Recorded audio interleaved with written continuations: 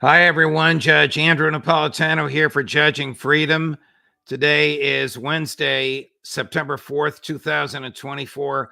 Colonel Douglas Macgregor will be here with us on just a moment on how near is war between the United States and Iran.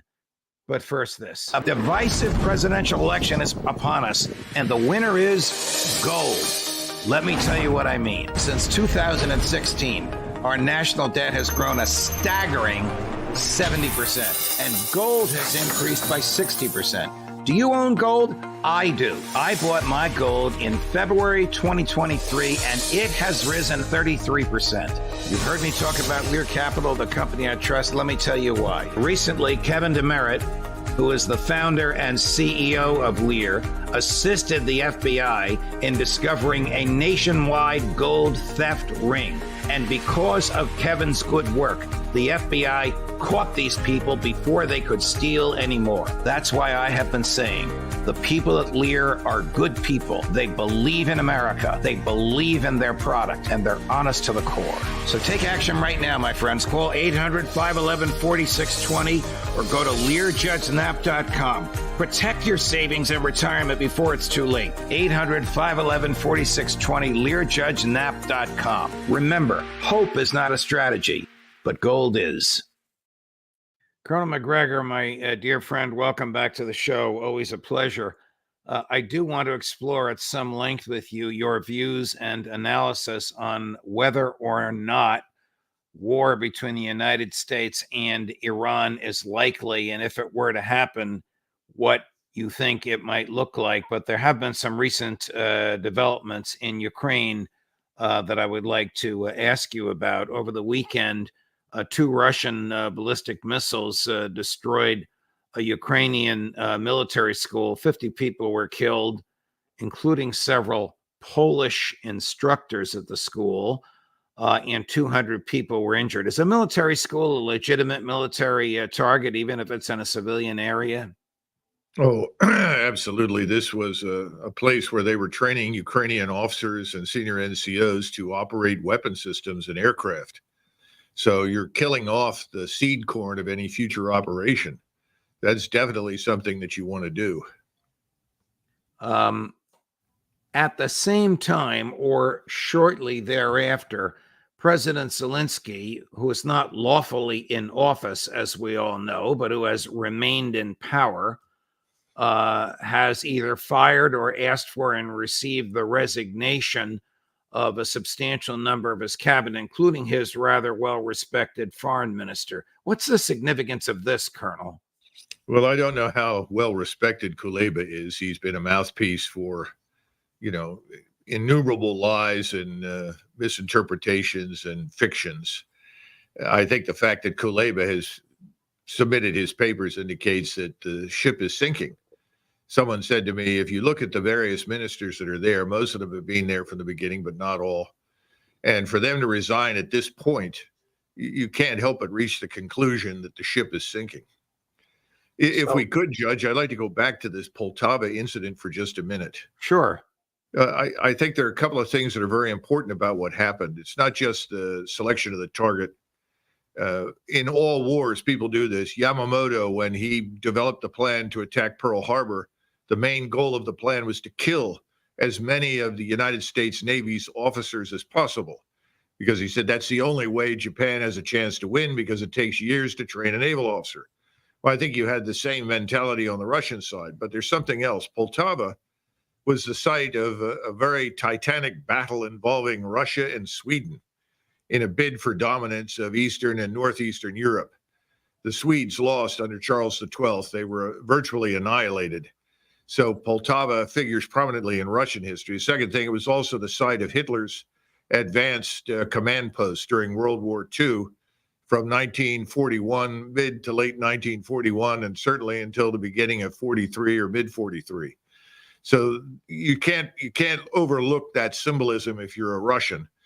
Finally, these Iskander missiles that were used, they fly at roughly 4,500 miles per hour. These are hypersonic missiles. They carry a 1,500-pound warhead. They have various kinds. I don't know what they used. if this was just high explosive. Can or they it was be intercepted? No, absolutely not. You can't shoot down a hypersonic missile at this point. That was my other argument. And finally, we have a lot of evidence that suggested for the first time in the war that Putin has directed that officers, commanders on the tactical level, that is brigade, because remember the Russian brigades, they have different kinds. Some are quite large, others are smaller, but they're commanded by generals. That the general who commands a brigade now has the authority to request and release and get the use of an Iskander missile. Up until this point, for Iskander ballistic missiles, which are very deadly and very, very, very, very hard to deal with because they're mobile, has been in the hands of higher commanders, at least at the Army and front levels, or what we would call almost theater. Now, suddenly, a general commanding a brigade-sized formation can employ this weapon as he sees fit. That's a dramatic change. And I think the big signal is, look, we're playing for keeps now. No more nonsense. We're coming, and we know exactly where you are, because there were, as I recollect, 3 Swedish officers who had come on board down at Poltava to teach people about the use of their form of airborne warning and control systems, and they were killed. So I think there was also a message here for the Swedes. You want to join NATO? Welcome to the party. Just as an aside, does the United States have the equivalent of an Iskander? Not that I'm aware of. Sounds like a terrific or horrific, depending upon whether you're on the sending or receiving end, type of weapon. Colonel, is it your understanding of the Russian mentality in 2024 that fighting a battle to commemorate something that happened hundreds of years ago is significant?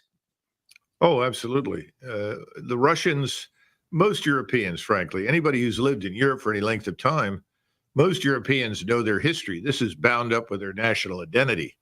Now, of course, there's been a big effort in Western Europe to destroy national identities, we all know. But I don't think it's succeeded. And certainly in Eastern Europe, it's an impossibility. So when you mention something like Poltava, everybody who is a Russian, and for that matter, Ukrainian, knows what that means. The 1709 battle, Hitler's headquarters, which was eventually, as we know, overrun when the Soviets finally advanced to the West.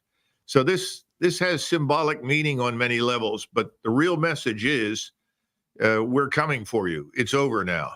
And I think that's what we're going to see more of in the near future. Well, how much longer can Ukraine last? And if I were to give a snarky answer, I might say at least until November 6th. But is that a realistic answer also, Colonel? Well, that decision lies in Russian hands. And I think most people that consider themselves to be Kremlinologists, I'm not one of them. I don't pretend to know what happens on a daily basis in the Kremlin, but there are people out there who are making the case, and I think John Helmer is one of them, who says that Putin is now under enormous pressure from the Russian public, from his own inner circle, from the parliament, from the various political figures, oligarchs in the country, to get this war over with once and for all. And I think we're going to see some movement in that direction. Does it happen before November? I'd frankly be surprised if it didn't. I would think that by November, this thing really ought to be at an end, at least insofar as Zelensky and his regime are concerned. Zelensky should certainly be gone by then. But, I've been wrong before, and Putin has always been the individual who wanted a reconciliation with the West, who wanted peace with the West. He was always the one exercising restraint. I think it's much harder now since the Ukrainians have been attacking civilian targets in Russia. That's intolerable. President Zelensky has boasted about the capture of 500 square miles in Kursk. Andy has boasted that this has produced an exchange of prisoners because he's captured Russian prisoners. Are either of these boasts of any military significance, or is Kursk just a pimple? Well, if you want an analogy, you're from New Jersey. You know the Pine Barrens in New Jersey, correct? Yes. Well, the Pine Barrens, for the audience, this is a desolate area of, hundreds of square miles of woods. Getting in there and coming out again is a challenge in and of itself. There aren't very many roads. The roads that go through there are blacktop, and they go from Philadelphia to Atlantic City or north or something. This is like you or I getting into a Jeep, driving into the Pine Barrens, and then announcing to the world that we've conquered the Pine Barrens. Right.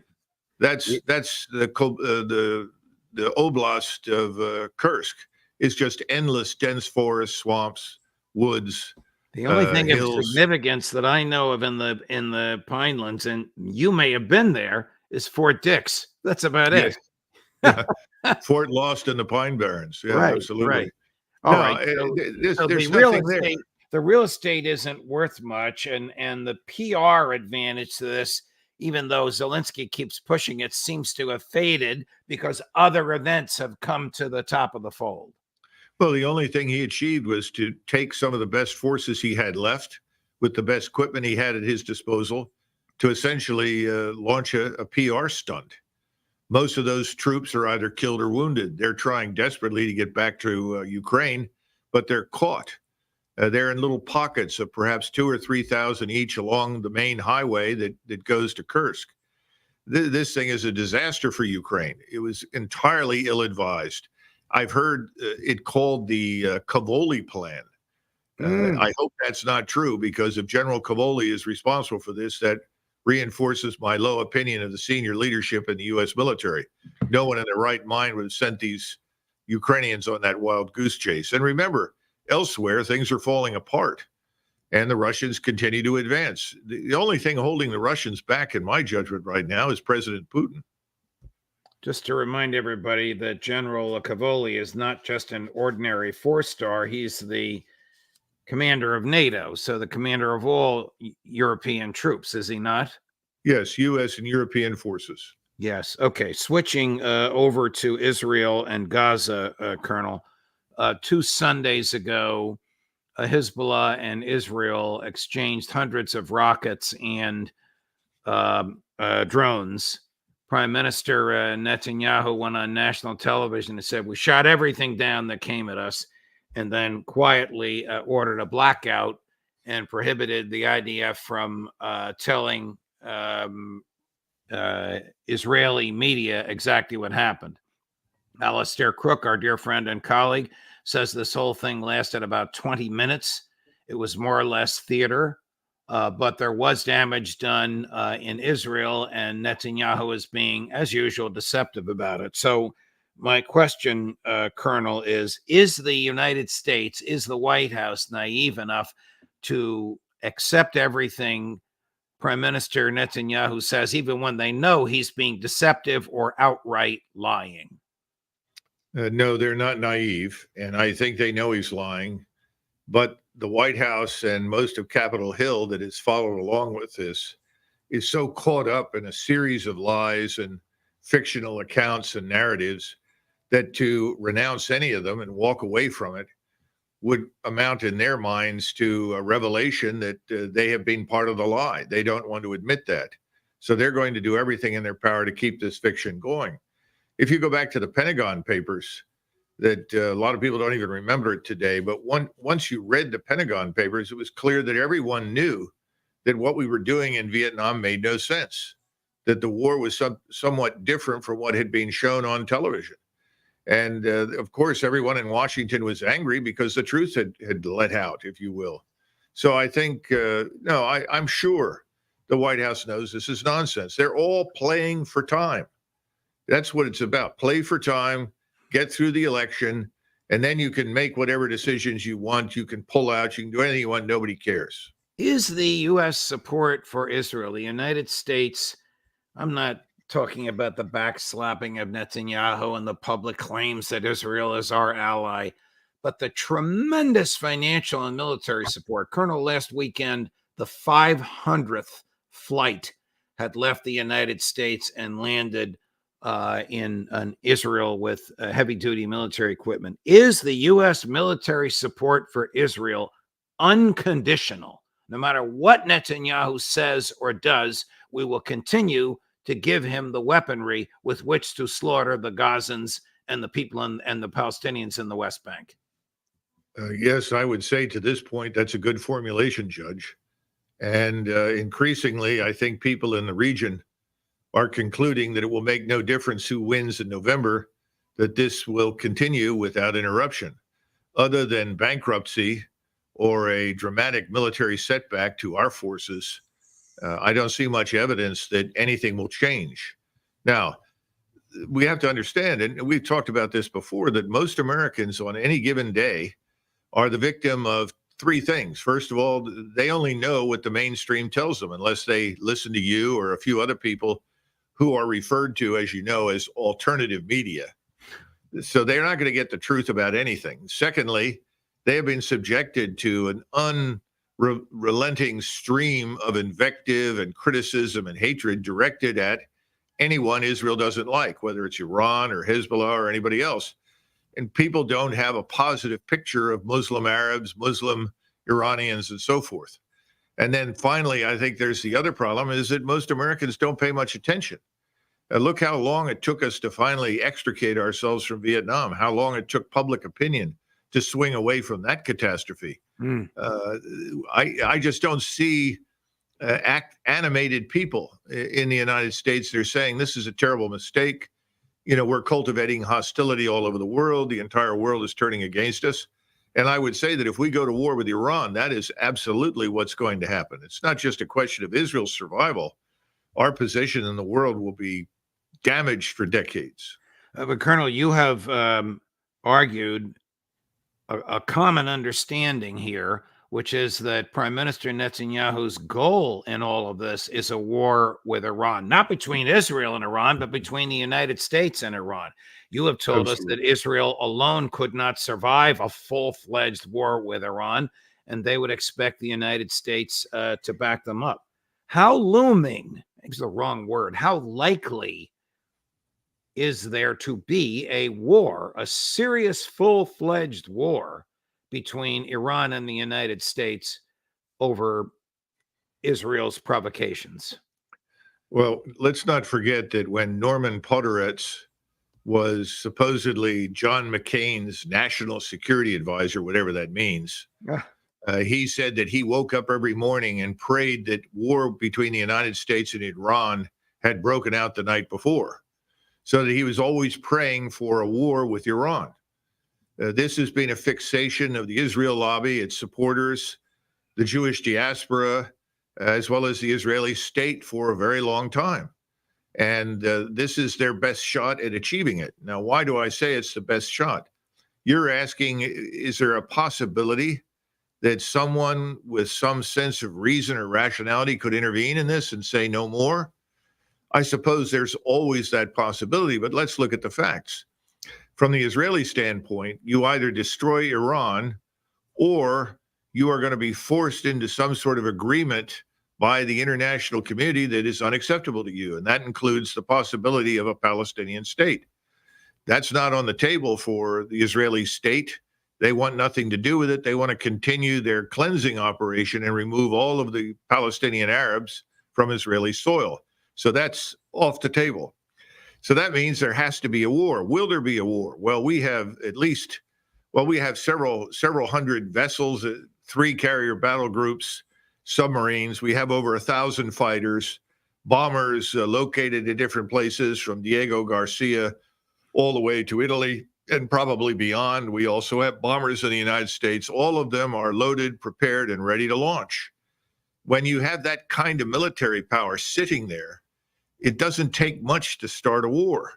On top of that, you have the Iranians and their supporters, their surrogates, the Iraqi militias, Hezbollah, the Houthis, and others are all arming to the teeth, and they're waiting for the attack to come that tells them to launch. And the only person that's been in the region that has made a case, not just to Iran, but to Saudi Arabia, to the Turks, to everyone, to exercise patience, to restrain themselves and wait, has been Vladimir Putin. And he went there and he said, wait, exercise patience. You will outlast the Israelis. And I think there's something to be said for that, because the situation in Israel grows worse with each passing day. Their economy is very much dependent on the largesse of the American people. And that's not a good position for any state to be in. They've had at least 500,000, some people say as many as 800,000 or a million Israelis leave the country. The country itself is in turmoil. As you know, they've got almost anarchy on some occasions because people want an end to the Netanyahu leadership. I don't know that they want an end to everything, but certainly him. So I would say that right now, you're going to get a war. That's going to happen unless we're the decisive actor in this equation, step forward and say no. And again, this has always been what we've argued, that historically every president until Biden has always stepped forward and urged restraint or directly told the leadership of Israel to stop this far and no further. There's no danger of that happening now. So the armed forces of the United States, its air and naval power, its intelligence services, its space-based surveillance, these things are at the disposal of Mr. Netanyahu, and he would like to use them. But he's trying to figure out how to provoke the Iranians into doing it on the assumption that everyone will believe that it was an unprovoked attack, the sort of same nonsense that we continue to preach about the Russian unprovoked attack, when everybody with a brain knows that we've been provoking the Russians for years. We finally got what we wanted. At least we think we do. Here's the, not to irritate you, but to amuse you. Here's the neocon in chief on this very subject, cut number 3. If you want the hostages home, which we all do, you have to increase the cost to Iran. Iran is the great Satan here. Hamas is the junior partner. They're barbaric religious Hamas. They could care less about the Palestinian people. I would urge the Biden administration and Israel to hold Iran accountable for the fate of remaining hostages and put on the target list oil refineries in Iran if the hostages are not released. I mean, that is, a typical Lindsey Graham provocation. Hopefully it won't resonate with the White House. Who the heck knows? But how crazy would it be for us to begin bombing Iran oil fields? Well, to quote Henry Kissinger, who was not always entirely successful, but nevertheless had some interesting things to say, one of which was that American action in the international arena has to be guided by concrete interests founded on a sober assessment of what was good or not good for the United States, as well as its allies, instead of emotion, which he railed against. Yet it's emotion that seems to be driving everything, because there is no strategic interest that would compel us to go to war with Iran. There's no reason why we should be interested in killing several 100,000 Iranian citizens. Colonel, there's no evidence for that. Does Iran pose even a scintilla of threat to the national security of the United States of America? No. And see, this is the problem. We've been treated recently to the great myth that Iran was behind some sort of attempted assassination of President Trump. That's pure nonsense. There's no basis, in fact, for any of those things. All of this is part of the effort to rationalize a war between the United States and Iran. So, I just think it's all emotion. And our friend Lindsey Graham knows who is going to support him in his future bid to stay in office, who is going to enrich him and make him happy in retirement. And those people are the people that want war with Iran. Is Israel, you alluded to this earlier, about to collapse? I mean, the economy is collapsing. There's almost a civil war going on in the north between Ben-Gvir's militia and regular police. The head of the IDF criticizes Prime Minister Netanyahu. The head of Shin Bet criticizes Prime Minister Netanyahu. Recently retired generals, apparently speaking for still active duty generals, are extremely harsh in predicting Israel's collapse. There was a general strike for a full day on Monday. There were 250,000 people demonstrating outside of Prime Minister Netanyahu's house, and he went to the Knesset and made a statement that was as bellicose as ever. How much longer can all this last? Well, as long as we provide the support we do, I think it could go on for some time. But of course, the Israeli people themselves do have a voice, and you're beginning to hear it. Now, what precisely do they want beyond Mr. Netanyahu's removal? What are they prepared to accept, or what will they reject? That I don't know. And I think that's what keeps Mr. Netanyahu in power, because he reasons, not unreasonably, that the Israelis don't want a Palestinian state, which they see as inevitably becoming an organized crime state on their border that would, continue to cause them innumerable miseries. And so as long as that's the case, seems very unlikely that you're going to get a profound change, because anyone who steps into Mr. Netanyahu's shoes is going to have to make hard choices. And the hardest, of course, is, do you end the conflict? And if you end it completely, where does that leave you? And if you end it, what happens to the United States? Do the Americans say, all right, we gave you everything, we did everything, you fell apart, we're out of here?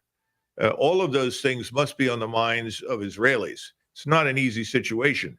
But to get back to your question about Iran, remember, Iran has a population of roughly 79 million. Iran is going to survive the war. It doesn't make any difference what the Israelis try to do. They know that. Iran now has enormous assistance and support from Russia and increasingly China and other countries. And if you look at the BRICS, which started out as Brazil, Russia, India, China, and Saudi Arabia, now you're talking about perhaps as many as 90 or 100 members eventually joining that particular union, which has strategic implications, even though it's largely economic, and they're looking at alternative monetary systems, alternatives to the system we have built and that we abused in our efforts to bully people in the direction that we wanted them to go. They are now in a position to walk away from us completely. I think we've already seen that with Saudi Arabia. I think we're going to see more of it. So the cost to us of supporting Israel is high, but if it goes to war with Iran, the cost could really be devastating to us. Professor Jeff Sachs agrees with you entirely on BRICS, and by his calculation, the gross domestic product of the BRICS countries exceeds the gross domestic products of the vaunted G7, the supposed seven wealthiest countries in the world. They used to be G8 until they decided to exclude President Putin. Were you surprised when President Erdogan of Turkey announced last weekend that Turkey had applied for membership in BRICS? And if he gets it, can Turkey stay in BRICS and NATO at the same time? No, I wasn't. And you have to go back over the last, I would say, 30 years. We have to go all the way back to our original Gulf War in 1990 and 91. And the Turks, of course, were supportive of us, but they begged us over and over and over again, whatever you do, don't destroy the stability in the region. Don't destroy the balance of power. It will not only work to Iran's advantage, but it's going to have terrible consequences for us. And of course, you know what we did. We intervened ultimately and helped the Kurds to become de facto an independent or autonomous state. We insisted they stay in Iraq, at least in a public way. But truthfully, the Kurds have their own state.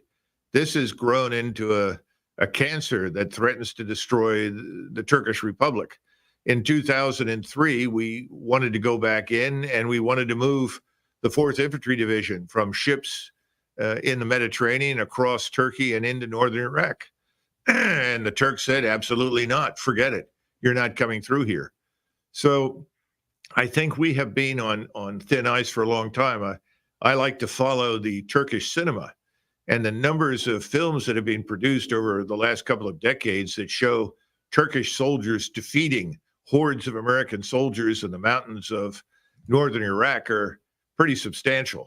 The message is obvious. They have seen us now as the unwanted alien, the enemy, for a long time.